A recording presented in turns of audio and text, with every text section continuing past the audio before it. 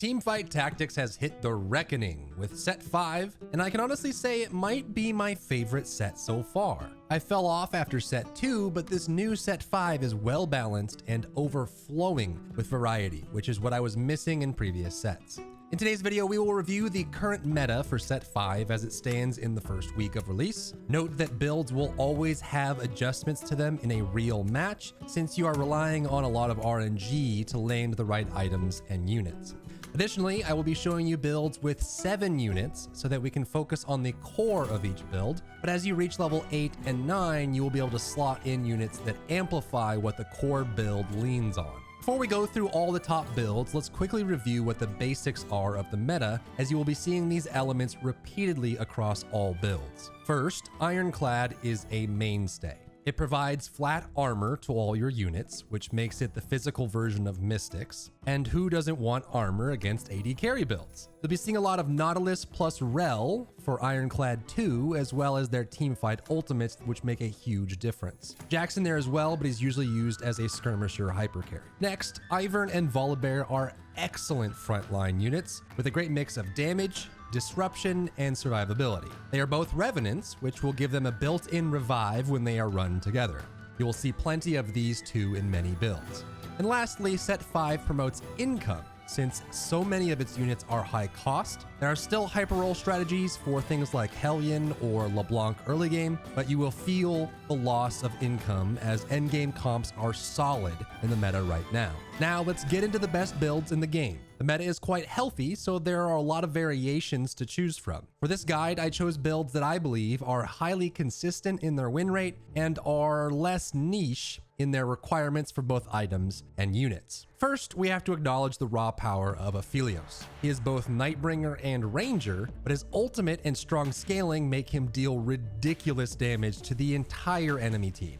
You'll want to get 2 Ranger and 4 Nightbringer to bring out the best in Aphelios, then round out your team with a strong frontline. Sejuani, Morgana, Aphelios, and Darius gives you the 4 Nightbringer bonus. Nautilus and Rel gives you 2 Ironclad and crowd control. Adding in Kindred gives you the 2 Ranger bonus plus cheat death and more damage, making both Kindred and Aphelios stronger. In my opinion, Rageblade, Deathblade, and Bloodthirster are ideal for Aphelios, with Rageblade being the highest importance as his attack speed needs to get high enough for him to be able to spam his ultimate quickly towards mid and late round. I would also not recommend the Shadow version of Bloodthirster, as in general it isn't great. It can leave your Aphelios open to get one shot at the start of the round, which is not great. Next, Dawnbringer units can start an early game win streak as they survive well early game and then transition beautifully into a late game Karma and Garen carry. Overall, this may be the most consistent build in the game with high defense and insane damage output from Karma in the backline. Make sure Karma gets at least a Shadow blue buff or regular blue buff, then add damage with a Jeweled Gauntlet and 1 survivability item like a Guardian Angel. Garen, you'll want to rush to 2-star as fast as you possibly can, as it ramps him up significantly and keeps him alive for longer. Throw a Warmogs, Stoneplate, or Guardian Angel on him, and he may actually never die. You can try to land 4 to 6 Dawnbringer units for this late game, but personally I prefer a more balanced approach. Add Nautilus and Rel for 2 Ironclad, Ivern and Volibear for insane frontline, then Thresh and Taric for the 4 Night bonus at level 8. Everything in this build goes toward delaying the game and keeping Karma alive to rain destruction down on your opponent. Coming at number 3, the Hellion Teemo build. And I won't sugarcoat this. Hellions are pretty stupid right now. They provide a lot of survivability with extra units along with extra attack speed. Start the game with 3 Hellion with a Ziggs 2-star, give him a static Shiv, and watch your win streaks go on forever. Add Kennen with a Morellonomicon for spread damage, then late game, sell the Ziggs for Teemo and add a Jeweled Gauntlet and a Guardian Angel as an example. Add in Ivern and Volibear for frontline sustain, and you'll be set for most of your games. The only crutch here is this build with Hellions are so popular early on, and many people want to run this build, which is why I've placed it lower in the list.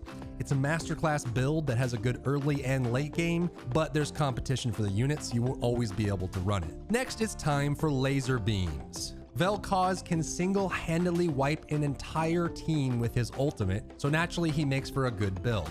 His strongest variant, in my opinion, is with 4 Spellweavers, though if RNG is not on your side, you can try the weaker option of 6 Redeemed to get the extra AP bonus. You can use Ziggs as a stand-in for Vel'koz early game and start working towards a Shadow Hand of Justice, Spear of Shojin, and a defensive item like a Guardian Angel or Trapclaw. Other caster items like Death Cap or Jeweled Gauntlet also work well on Vel'koz. Fill out 4 Spellweavers with Brand, Victor, and Zyra. Throwing a blue buff on Brand early can help you through the mid-game. Leona gives you 3 Redeemed for a boost to Vel'koz, and then finish out strong with the Nautilus Rel combo for Ironclad 2. As you'd expect, positioning is key here to ensure Vel'koz survives and has a good linear lineup on the whole enemy team. So you may have a good Vel'koz build, but if positioned improperly, it will still lose. Build number 5 is Draconic Ashe. If you're thirsty for AD carry builds but have trouble securing the Aphelios, then Draconic Ashe is for you. This build kicks off with a powerful early game by getting 3 Draconic as soon as possible to start farming the Draconic eggs to give you Ashe 3-star.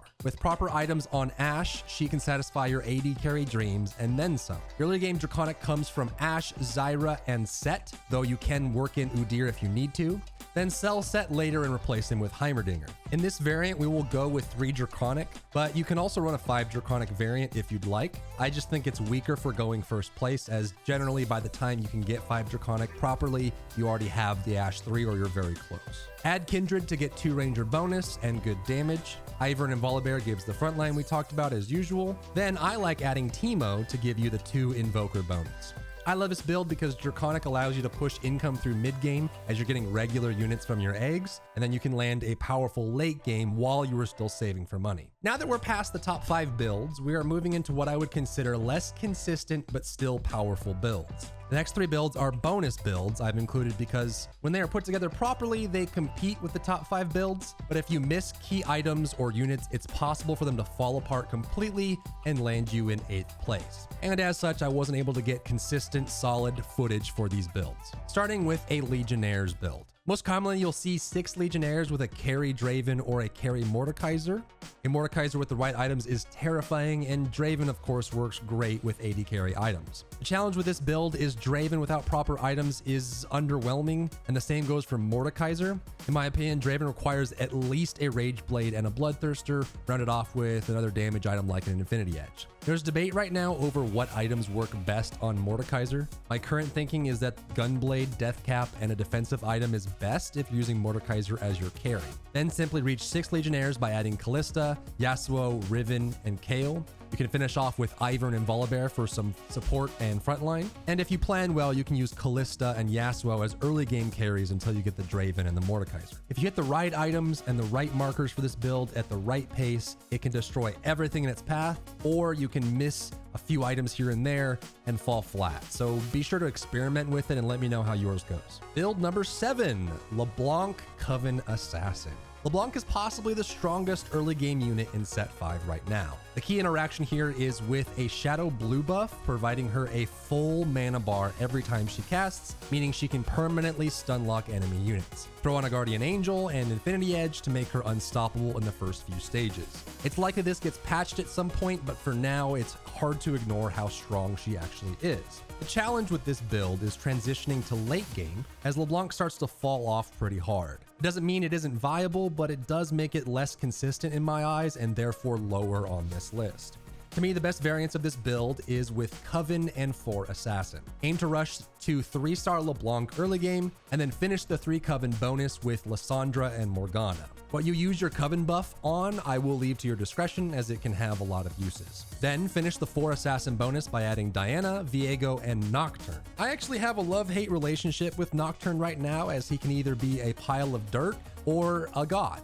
The difference seems to be getting Revenant active so that he has a built-in revive by adding Volibear or Ivern as soon as you can, or even both. You'll want another damage dealer like Nocturne to fill with items to help your late game transition. It works well with items like Rage Blade, Runan's Hurricane, and an Infinity Edge, for example. You can also put Morel Namacon on Morgana or Diana to get some extra spread damage. And the last build we'll cover today is a Kayle Carry. Now, I considered leaving a Kayle Carry build off this list, but in the right circumstances, it can be god tier. Kayle takes a while to come online with a new mechanic where she needs to ascend, and she also needs a lot of protection to get there. But if you can make that round last long enough for her to fully ascend with full items, she can dominate. Stack out Kayle with Rage Blade, Gunblade, and a defensive item like Guardian Angel. Include Nautilus and Rel for teamfight prowess, Lux for team support, and reaching 3 redeemed.